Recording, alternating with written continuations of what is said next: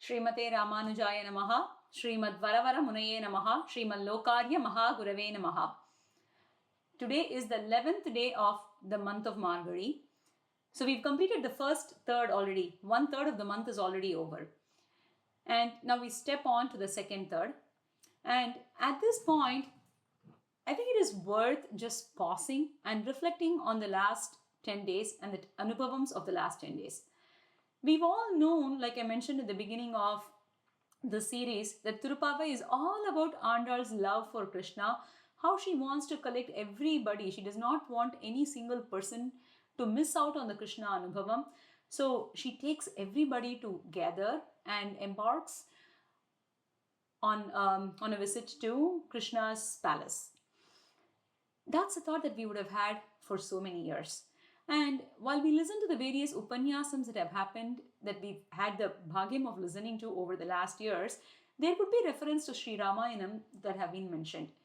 But this year, as we focus on the specific Sri Ramayanam references in Tirupavai and the commentaries of Tirupavai, it is really amazing to witness the extent of the engagement and the knowledge our Purvacharyas had in Sri Ramayana.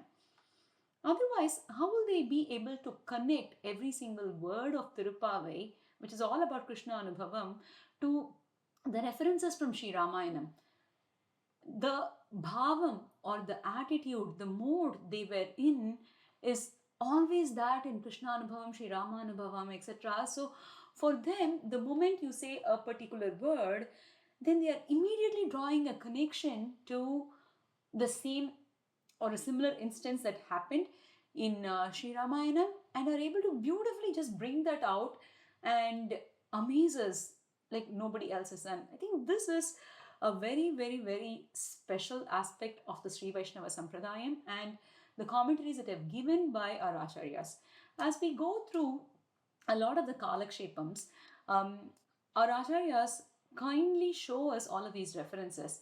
And there is, in fact, a work that is written by somebody doing a PhD that talks about the Sri Ramayana references that have been used by this great Acharya called Nampillai when he gave the commentary for Thiruvaimozhi.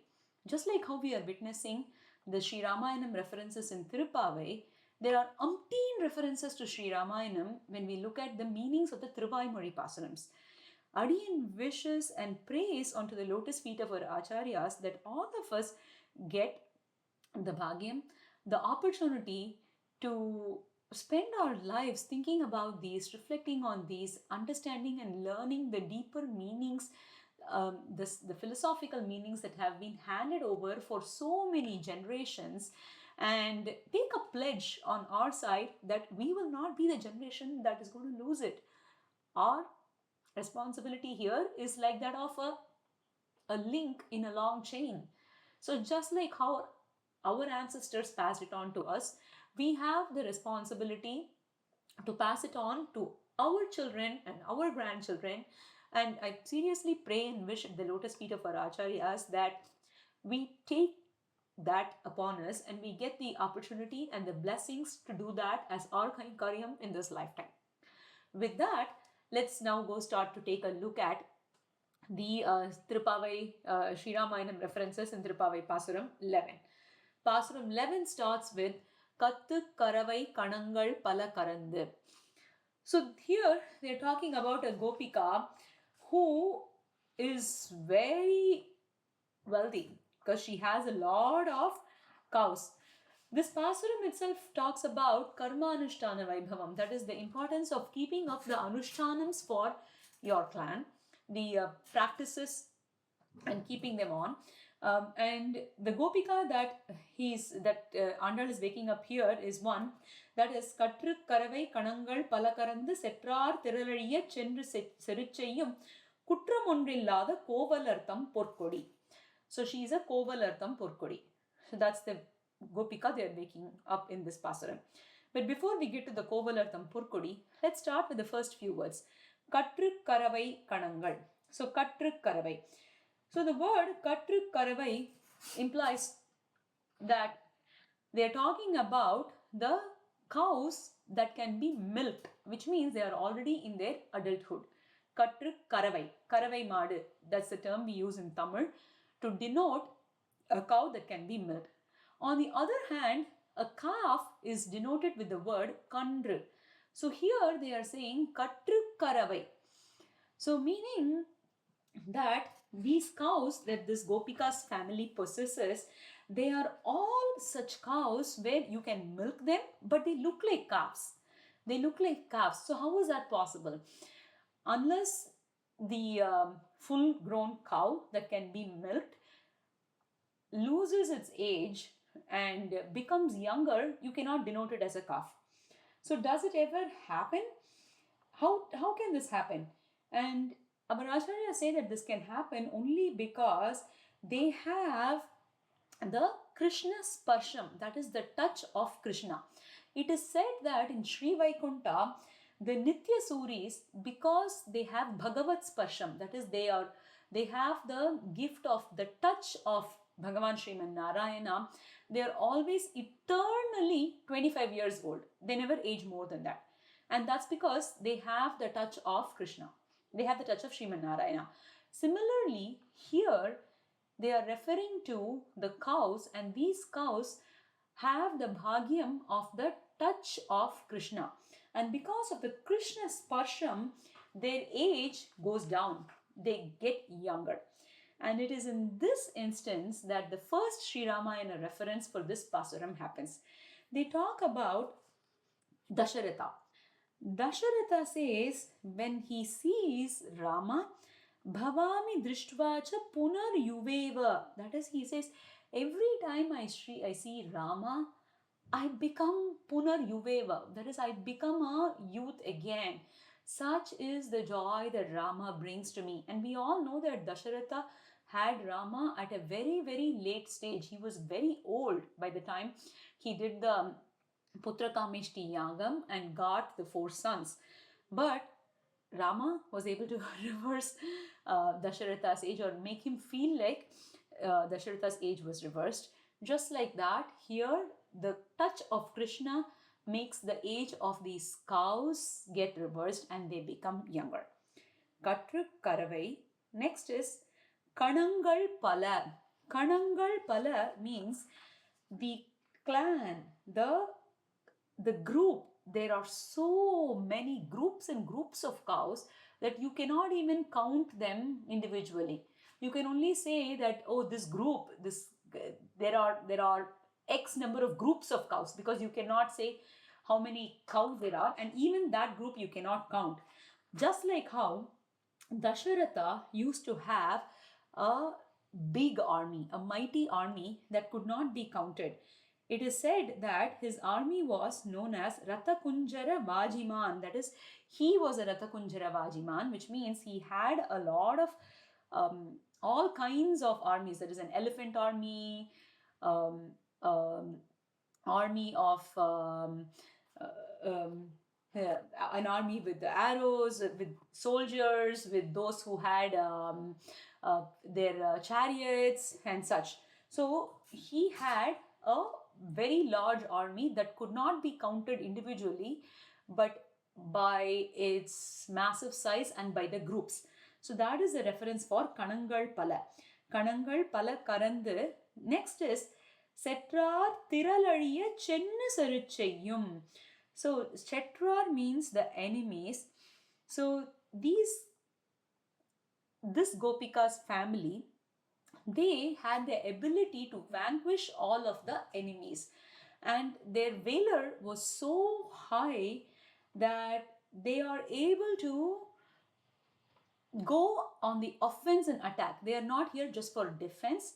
So like we would have known in soccer games or in other games, there is always an offense and there is a defense, and the job of the defense is just to make sure that they are defending, right? Whereas in the army and the battlefield, again, there are 2 kinds of strategies that you need to have. One is the offense strategy and the other one is the defense strategy. And when you're on the offense, then that means you're actually going into the enemy's hood and you are attacking them. And we all know that even in games, there is always a home game advantage, right? So when you are in the home, then you have a much bigger strength and your ability to win games is much higher. Similarly, in the battlefield also, one who has the ability to go on the offense and attack other countries and is able to win over them in spite of being in their land is considered more mightier. So this Gopika's family had such valor, and that valor is similar to Sri Rama, where when Valmiki at the start of Ayodhya Khandam, he's talking about the glories and the various gunas, the attributes of Sri Rama, and at that point he says Abhiyata Prahartha cha, whereas he says Rama is capable of going to the enemy's place and is able to battle with them and win over them. Similarly, this Gopika's family is also one such family. Chetrar Tiralariya Sennu Chericheyum, they will go and do it. Kuttamonnillada Kovalartham Porkodiye. So in here, in the Kovalartham Porkodiye, that means Kovalartham Porkodiye. So they're talking about this maiden who is the pride of the clan, the pride of the family. Just like how Sita Devi was the pride of the Janaka Kula. Janakanam Kule Kirtima Harishyati Me Sutha. This is what Janaka says. Janaka is supposed to be one who does not have any possessiveness. But when it comes to Sita, even he says, Me Sutta, that is with some possessiveness, he says, she's my daughter, Me Sutta. And he says, she is going to bring glories to the Janaka Kula by becoming the wife of Sri Rama, and the way she is going to conduct herself, that is going to bring us so much glory. Kovalartham Porkodiye and Puttara Valgul Punamaile Podara. In the Puttara Valgul, that means she is very beautiful. I won't go into the details of what this word actually means. And at this juncture, it said that because she's so beautiful, she's apt for Krishna. And when you talk about Krishna again, the reference here is Rama's beauty is considered to be one where even the men would feel like they should have been women, so they can get together with Rama. Pumsam Drishtichittapaharinam is the Sri Ramayana shlokam that is used a lot in all of the Vyakyanams and in the Kalakshepams, where when describing Rama's beauty, they say how he is so beautiful that even the men will want to be women to enjoy him. Puttara Valgul Punamayile Podarai. So when they say Podarai here, there is a very, very, very beautiful reference that is given to Sri Ramayana. So they are asking her to come. They're asking her to come because she's the Porkodi. Pon means gold in Tamil. Porkodi means she's a radiant person who brings glory to the entire clan. And such Porkodi, they say, Podarai, please come. And the way you should come, they say it should be similar to how in the Dandakaranya Rama came. Now this reference here is mentioned by Maricha. Maricha, when he is approached by Ravana to go and become that golden deer and help him in the process of abducting Sita, at that point Ravana is trying to convince Maricha that he should go. Whereas Maricha is trying in vain to convince Ravana that he should give up that idea. And he recollects the incident that happened several years ago when during the Tatakavatam, his first encounter with Rama happened. And at that point in time, when he is recollecting it, he says, oh, that Rama, he came like the Shobhayan Dandakaranyam.